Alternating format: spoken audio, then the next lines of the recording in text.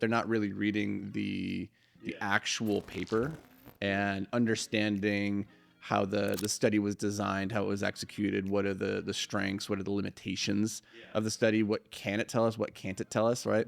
And a lot of times, what's really interesting, you'll find if you read psychological studies, is they very rarely extrapolate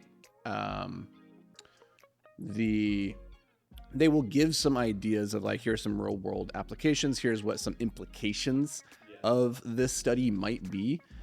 And so they'll extrapolate implications at a very high, vague, generalized level. But then whenever somebody quotes the research or whenever somebody's like citing it, you'll notice that they always latch on to those parts that they're citing as a potential convergence point of like utility in the real world for this study, and they'll latch onto that, and the next thing you know, everybody is citing that piece, and it's like, well, what does the study actually say? Oh, you go to the study, you go, okay, well, this wasn't like super statistically significant. They did find something, but it wasn't a strong correlation. Also, I can't seem to find any other studies that kind of replicate this. And that's one of the big problems with psychology and with economic or behavioral psychology. Like, there's a lot of research, a lot of really great books, like Thinking Fast and Slow by Daniel Kahneman, that is like won a lot of prizes when it came out. But now, in hindsight, as you like go to try to replicate studies upon which that research was founded, you find that like there's a real replicatability issue within psychology.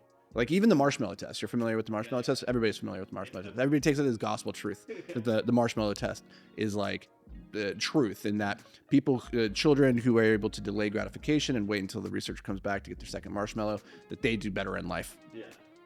Upon what measure? Do you know? No, nobody does, because nobody went and read the original study. Do you know if that study has been replicated? No. Yeah, no, it hasn't. They struggle to replicate it.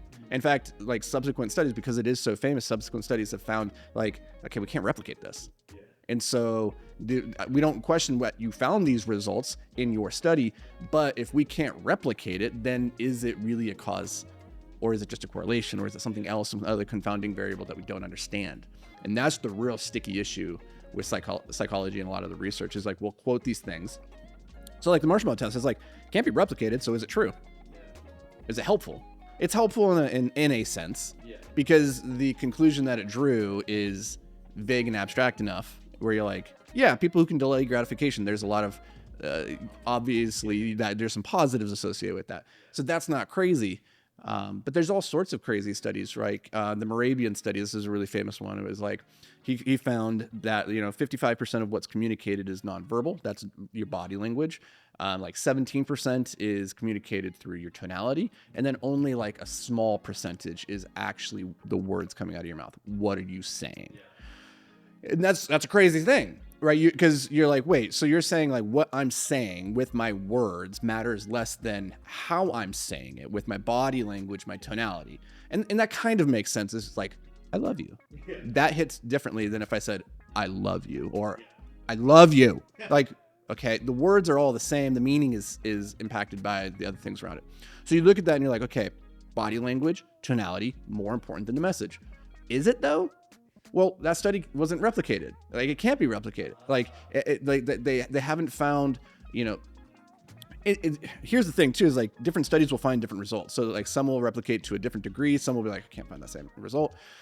But you look at that and it's like, okay, well, we've been talking about this rule, like communication, that it's about body language, it's about tonality. So like, there's some truth in that, but how much truth? To what degree is the truth? And that's the difficulty with psychology, I think, is that psychology kind of points us in the general direction of utility and usefulness, but it doesn't point specifically. So whenever I hear anything about psychological, like psyops, or any kind of like manipulation or influence, I look at it with a high degree of skepticism.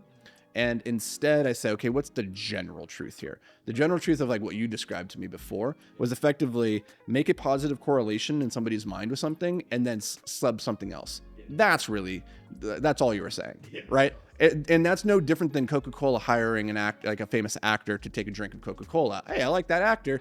A positive correlation is now being made to Coca-Cola. Maybe I want to drink Coca-Cola. That's why we do celebrity endorsements, right? It's very simple, very like basic, but is it like this deep, profound, specific truth that if you do this, if you have somebody that has this level of credibility and authority and visibility within the space, and you introduce the item with this percentage of time, and you orient it in this way, it's going to influence up to this much. No, like you can't do that stuff. And because you can't do that stuff, you then have to call into question like the validity of any of the research. Because then you're just like, what's the use of this? Yeah. Like if this, because you're like, I think Naval and David Deutsch talk about this as like the utility of an explanation is its ability to like actually explain what will happen. Yeah. And if it doesn't accurately explain what's going to happen consistently, it's not a good explanation. Mm-hmm. And so then you really you start to realize, like within the psychology in particular, you're collecting all of these mental hooks, these frameworks. Yeah. And that's where the utility is, because it's not like a specific tool that you're using. It's like, I'm going to get the specific result when I say these words or I do it in this way. Instead, you're like, generally, if I get somebody to like me, they are more open to being influenced. Generally, if I can position myself as an authority, they will be more influenced by me. Generally, if I do something nice for them, that makes them like me. It increases the reciprocity that they feel. Therefore, they're going to be more easily influenced, right? But like, it's really hard to get really deep in the weeds. And the problem, like circling all the way back around, is that people don't actually read the core research. Yeah. And so they go based off the headlines or what other people are saying and extrapolating it out. That's why I've been reading a lot about creatine usage right now. For decades, the commonly held wisdom has been creatine is one of the most studied substances. Everybody likes to cite that. How many people have actually gone and read the research? Yeah, me neither. And I was thinking about this because everybody's been talking about creatine on Twitter for like the last 3-5 months. I don't know who started this, but like everybody's talking about creatine now. Like it's this new wonder substance. And we go through these cycles where some things are like suddenly elevated in the public like zeitgeist, and people are like, oh, that's the new it girl, right? Creatine. I've been doing creatine for like over a decade, but how useful is it? Well, the bro science in the past has been, okay, you need to, supersaturate your system. So you go through a loading phase. At a certain point, your body will excrete the surplus creatine, and then you can go into a maintenance phase, which is about 5 grams per day, right?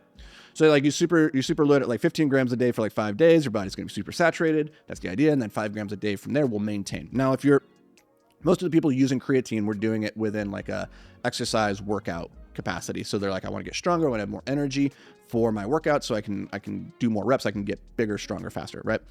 And so within that, it's like, yeah, that super saturate at 15 grams and then 5 grams maintenance, that works there because muscles are really quick to uptake the creatine. Well, recent research has been showing, okay, well, actually, if you go above and beyond that 5 grams, now your bones can start to absorb it. Now, new research is coming out to show that, oh, actually, if you even go even above and beyond that, like to 10 grams a day, to 15 grams, to 20 grams a day, which like previously would have been like, people would like, why are you taking it? Like, you're just going to piss it out. Well, what they're finding is that creatine is one of the interesting substances that's both produced, by the liver and the brain.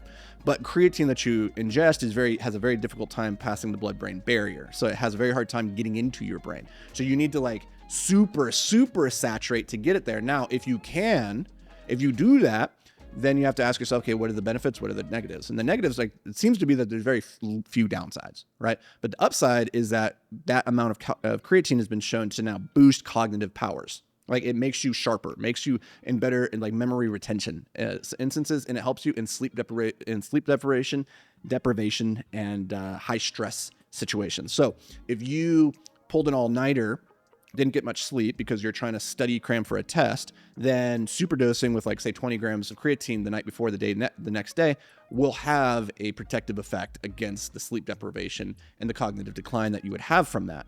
Really interesting stuff, right? Like, so then if you're experiencing high amounts of like stress in your life, okay, maybe more creatine. But now it's like calling into question, okay, is 5 grams or 10 grams, 15 grams? What's the amount that you should be having as an individual? And if you're just following this on what other people are saying to you and not actually reading the research, you don't really understand the strengths, the weaknesses of what the research is saying. And so my complaint is just most people are like headline readers. They don't deeply understand a concept. And that's fine. Like, because again, like, this is interesting, is that, do you need to read the research? Do you need to know all the nuances of it? No, because you just need to be directionally correct in life. Being directionally correct is like more valuable than being specifically correct in like 90% of instances, because to become specifically correct requires an incredible amount of time and energy, research, learning, like executing to get to that level. Whereas just being directionally correct, the target that you're probably aiming for is big enough that you just being directionally correct will get you there. And I say that like for this episode, for people who are like entrepreneurs and they have this directional goal in life of being successful, like you don't need.